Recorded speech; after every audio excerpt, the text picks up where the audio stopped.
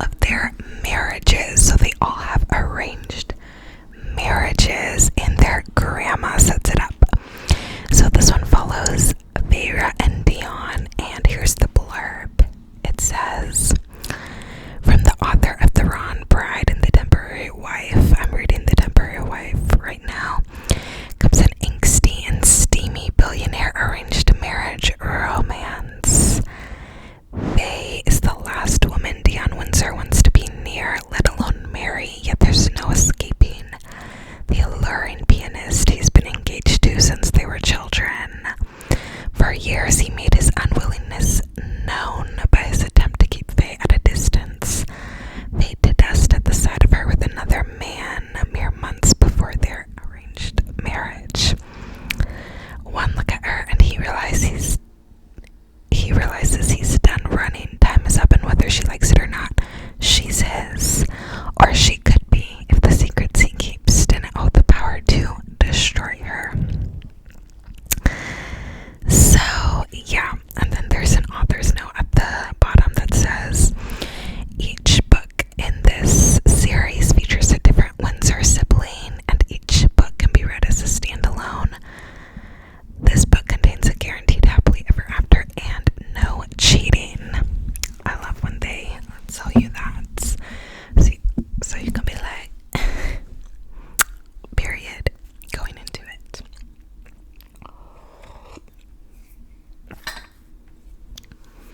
So this book was a little different than the one I'm reading currently in the series and the first book in the series, because it follows the brother who's broodier and just has like a darker vibe. So this one was kind of like going into the like dark romance genre a little bit, because this is a morally gray, like dark love interest. So he's different than all his brothers. Like in this, like at the very beginning of the book, you find out that he's been like torturing these people who like messed with his family, messed with his brothers or his brothers' wives. Like he's been like ruining them, like making their businesses go down, like even like snatching some of them and like, you know, like taking them to some place to like torture. Like he's wild and very different than his brothers. So this one ventures a little more into the dark romance genre, which was fun because I enjoy the dark romance genre. But know that going in. And then this book is also a little different than the other books in this series because he's the only sibling who has his marriage like arranged like way before like when he's a kid. The others, like their grandma announces who she wants them to marry like when they're of age. But this, like she decided way in advance because like his parents were friends with these other parents, and both sets of parents actually ended up perishing in like a crash. And he like blames himself for their death because he was like calling them and asking them to come home like quicker, and like didn't want them to miss his like performance or something because he also used to be a pianist. So he like blames himself for their death, even though of course like he's not responsible in any way. But yeah, and then the girl is in an abusive family, and everything she does has been molded to be liked by this guy. Like they make her be like the best pianist because they thought he liked piano, so she should too. And then he doesn't even play anymore, but it becomes her thing because, you know, they forced it to be her thing for a while. So like every part of her life is like molded around what her abusive family thinks will be like appetizing to this guy who's, you know, they want this arranged marriage to work with basically. So she resents him for that, and like he always distances himself from her because he doesn't want to be reminded of how their parents died and feel the guilt he feels and all that. So he's like been super distant,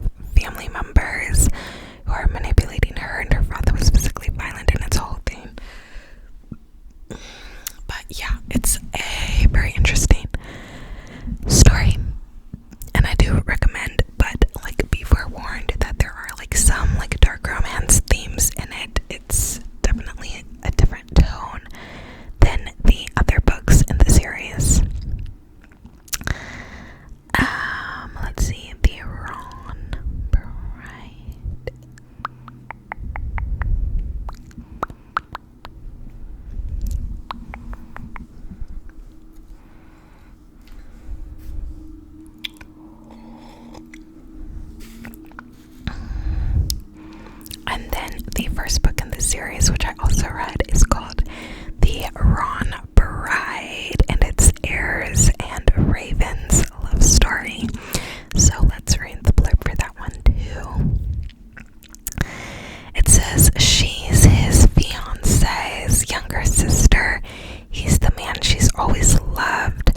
When her sister doesn't show up on her wedding day, Raven has no choice but to take her place. But marriage to heiress Windsor is nothing short of torture.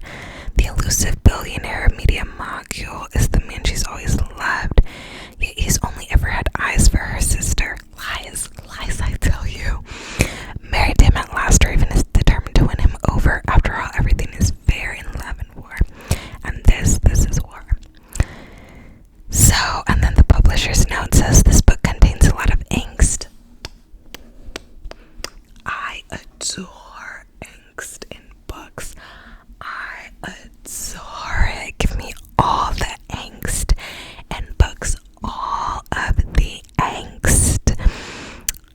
The heroine is marrying her sister's fiance. This is a standalone with a guaranteed happily ever after and no cheating.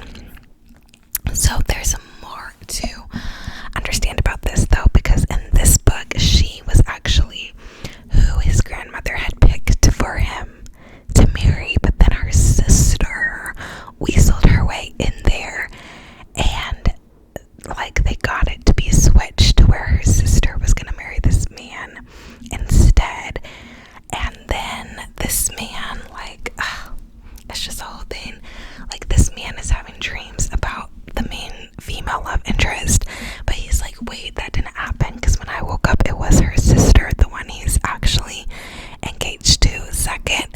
And it's like this crazy thing, and she's like in love with him. She doesn't understand why he left her after them sharing this night that she remembers from years ago, and like, oh my gosh, they're like besties. And then when she starts distancing herself, he's like, oh my gosh, like, why is she being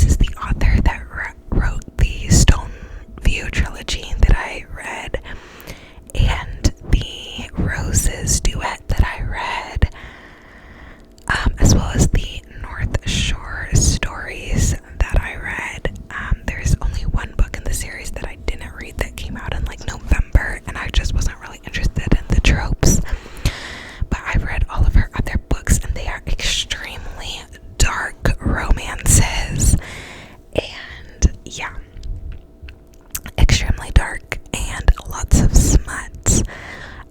But I was super interested to see what was going on in this novella, who it was going to be about, because we were not told ahead of time.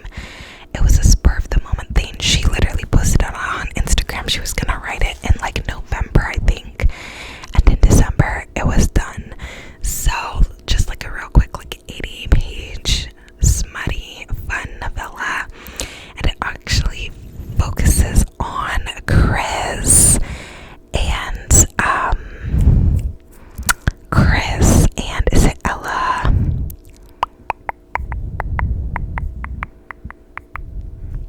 Chris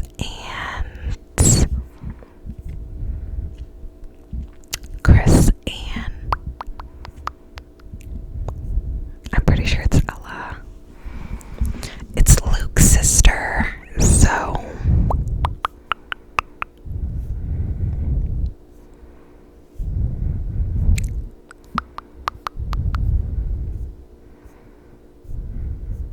yeah, Ella. So it's about Chris, who's the friend of, what's that guy's name from the Stoneview stories? What is that guy's name? Is it Caden, or was it Caden? I feel like it was Caden.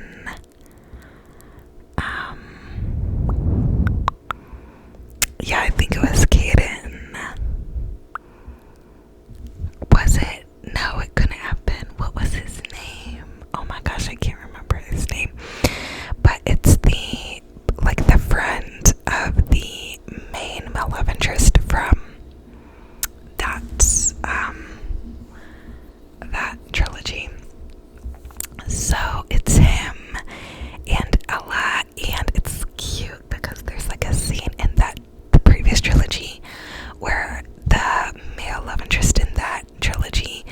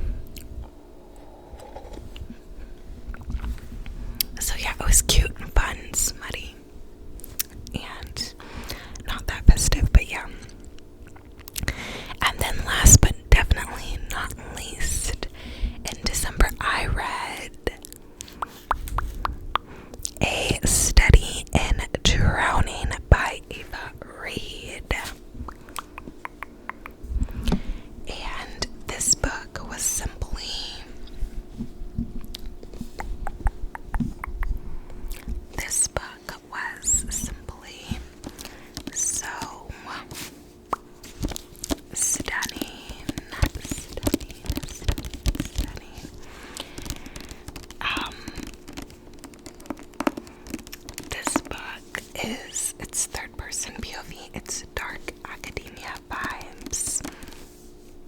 And it follows this girl who like writes this essay to go to the site of where one of her heroes, this writer, famous writer, lived, and is tasked with trying to construct blueprints for a new house for the man's son and wife whom he left behind.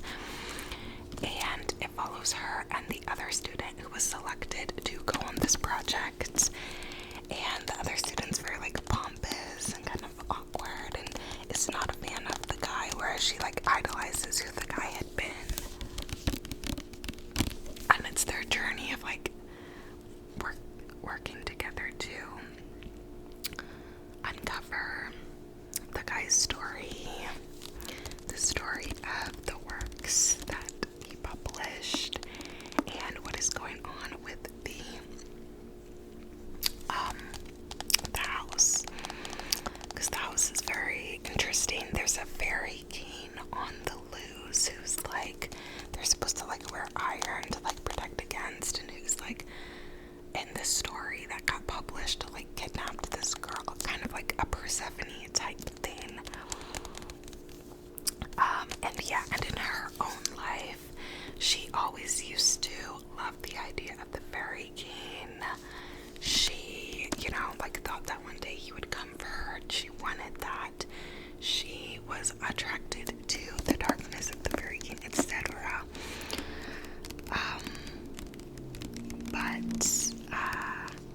But now she has like this sort of love interest in this like geeky kid who didn't like the story of the fairy king too. So it's just like an interesting vibe. There's also like power dynamics. A lot of power dynamics are explored in this. Like before she goes on this journey, she has to get it signed off by like an advisor or something at her school, and the advisor actually was inappropriate with her, taking advantage of her. So that's right off the bat something that sticks out. And then her mother was like very unsupportive. Like she called to try to find some sort of comfort, reassurance from her mother, and her mother was just putting her down and just being very just not motherly. So that's shown really soon on in the book as well, and it's just very interesting. There's a lot of like social commentary on the treatment of women, on misogyny, on that types of stuff that's like alluded to and shown through like just like the fictional metaphor of this book. So a lot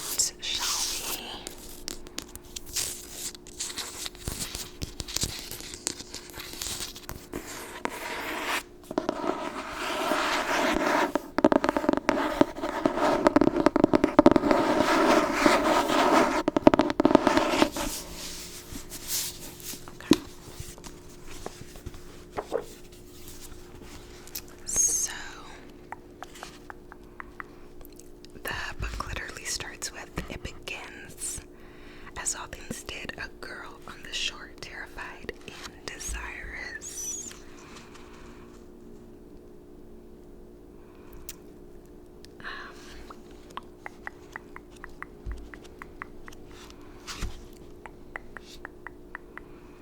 This is one of the quotes that reminded me of normal people. It says, "It was an eternal feeling, the sense of being unwelcome. No matter where she was, Effie was always afraid she was not wanted."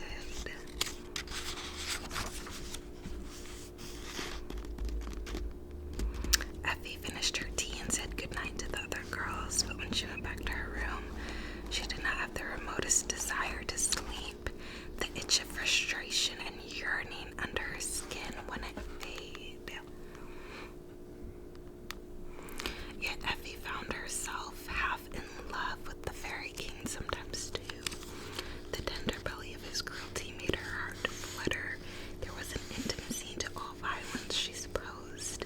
The better you knew someone, the more terrible you could hurt them.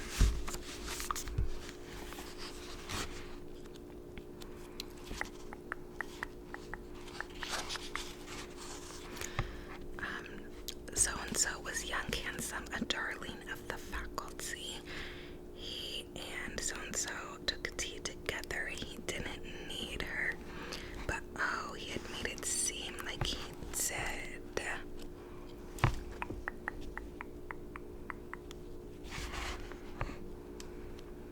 A strange hollow opened in Effie's chest. She shouldn't have colds.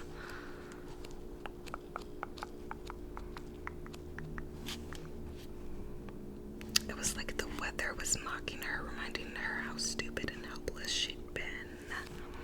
Like the writing I love so much. Seeing Hyreth had ruined her childish fantasy, ruined the version of Meridian she had constructed in her mind, one where he was benevolent and wise and had written a book meant to save girls like her.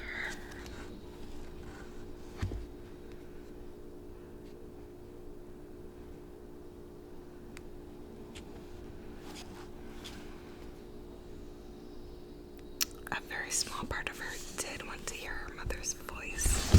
It was the urge that a dog had to nose the same old beehive, forgetting the fact that it had been stung before.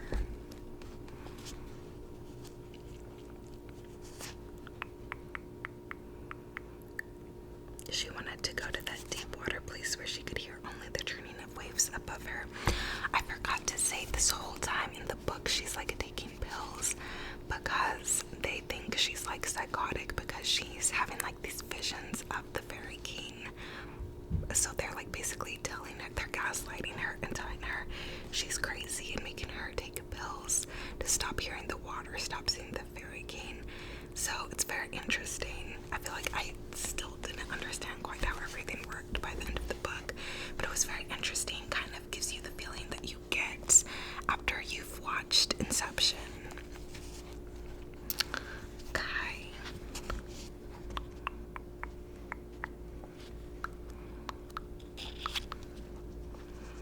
Oh, I loved this quote talking about the like geeky guy. It says he was much better than Effie at keeping his cards close to the vest. His glasses had slipped a bit down the bridge of his nose. He pushed them up again. And here's his quote. "And anyway, you don't have to love something in order to devote yourself to it." He said it so offhandedly she knew he hadn't meant to rile her, but that only made it worse, that he had to do so little to wound her so much. But what's the point otherwise, she managed. How could he be satisfied only studying literature, never writing a word of his own, never getting to put to paper the things he imagined? Meanwhile, the banal reality of her own life made her miserable, sketching plans for things she didn't know how to build. Drawing houses other people would call home. It was enough to make her want to cry. Like, oh, I love it. I love this book so much. Effie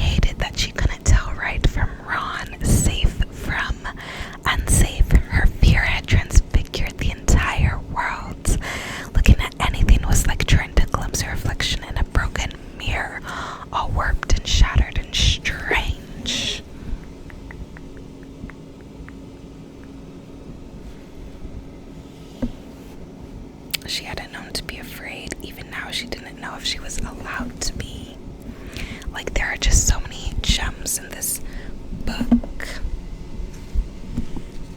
In this book, I'm telling you, so many gems. Men liked to keep a woman locked up where everyone could comfortably forget they existed.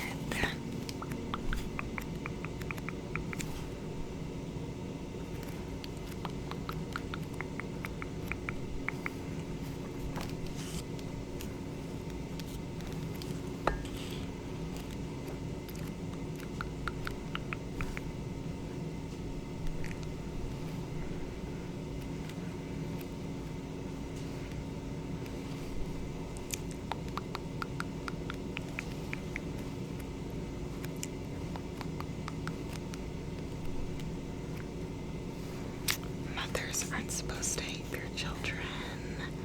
They put girls like her in the attic rooms or sanitariums, locked them up, and threw away the keys. She wondered if you could love something out of ruination, reverse that drowning process, make it all new again. Love that.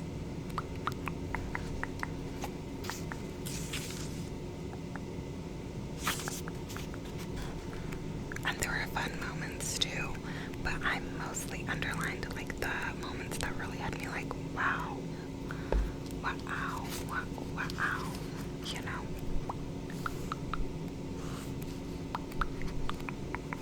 There's one quote I want to get to. Where is it? Where is it?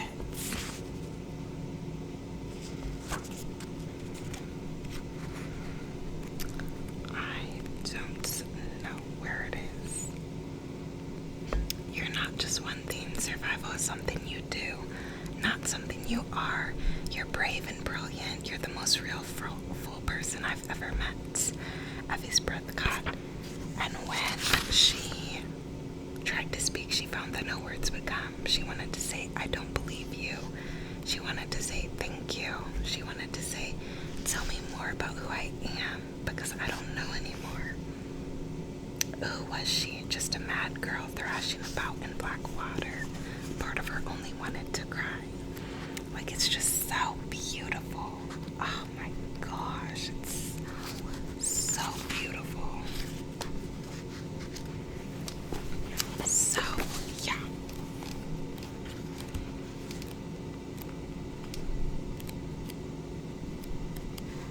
I couldn't find the one quote that I wanted.